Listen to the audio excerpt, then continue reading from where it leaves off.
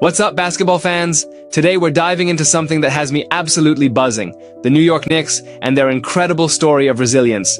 If you'd told me at the start of the season where we'd be right now, I might have laughed you out of the room, but here we are, and I'm eating my words in the best possible way. Look, I've been watching basketball for over 2 decades, and there's something special happening at Madison Square Garden.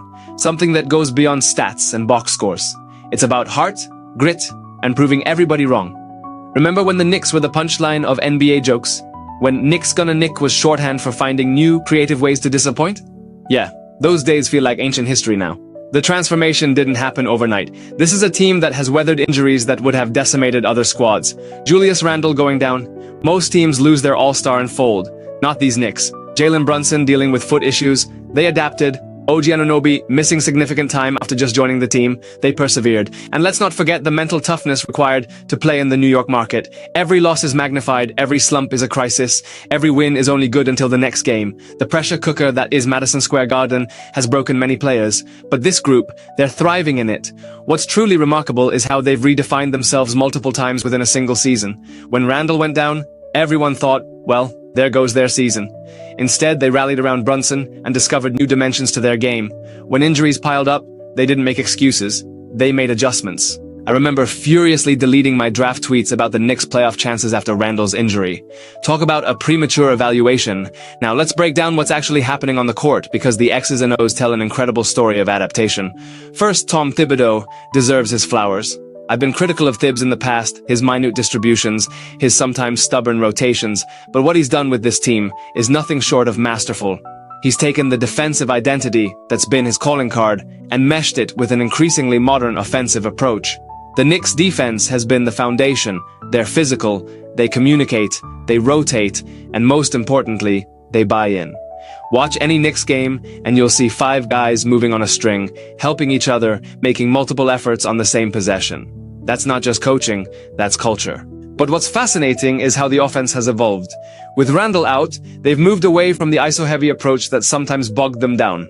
Brunson has been a revelation as the primary creator, making quick decisions, finding the right balance between scoring and facilitating. The ball movement has been infectious. Guys like Josh Hart and Donte DiVincenzo, who weren't expected to be major offensive contributors, have stepped up in ways that have shocked everyone outside that locker room. Hart is grabbing rebounds like he's 7 feet tall, and DiVincenzo is hitting threes like he's in a video game with the sliders turned up. Remember when we thought the Knicks bench was too thin? Now they're getting contributions from everyone. Miles McBride looking like a seasoned vet. Isaiah Hartinstein filling in admirably for Mitchell Robinson. Even guys like Precious Achiuwa finding ways to impact games. Let's talk about their clutch performance. The numbers are staggering.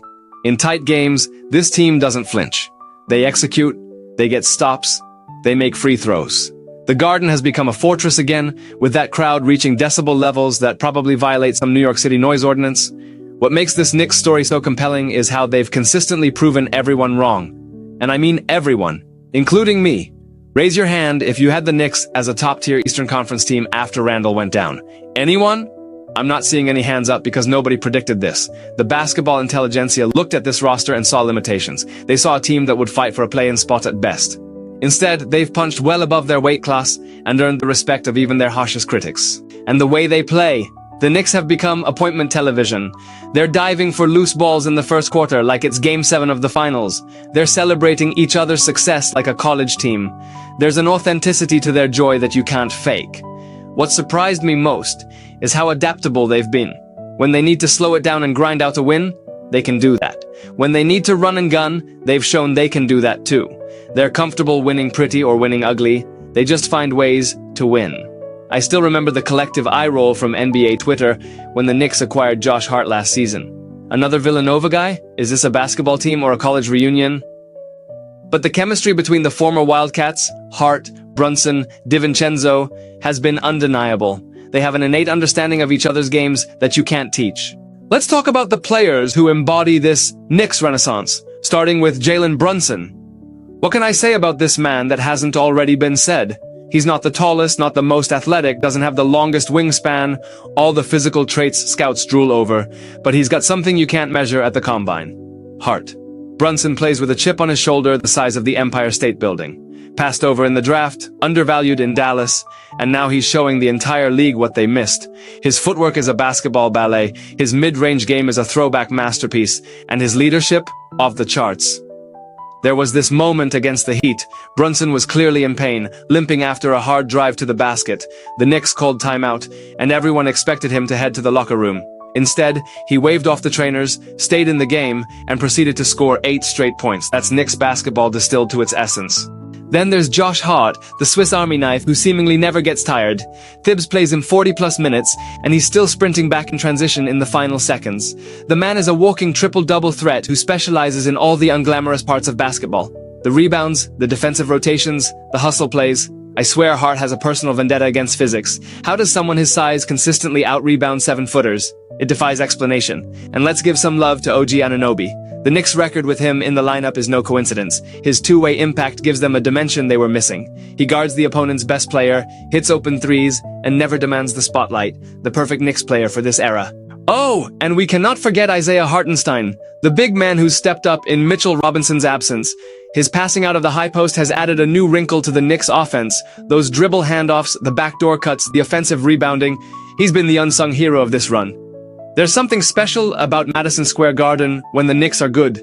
I've been to games this season where the building was shaking. Literally shaking. The defense, chants, the eruptions after a big three, the collective gasps when Brunson gets cooking. It's basketball at its most theatrical. I was at the game when they beat Boston, and let me tell you, when DiVincenzo hit that corner three to put them up in the fourth quarter, I thought the roof was going to come off. Strangers were hugging each other. Spike Lee was dancing in the aisle. Even the celebrities who are usually there just to be seen were fully engaged. You know your team is in a good place when Stephen A. Smith is struggling to find things to be outraged about on ESPN.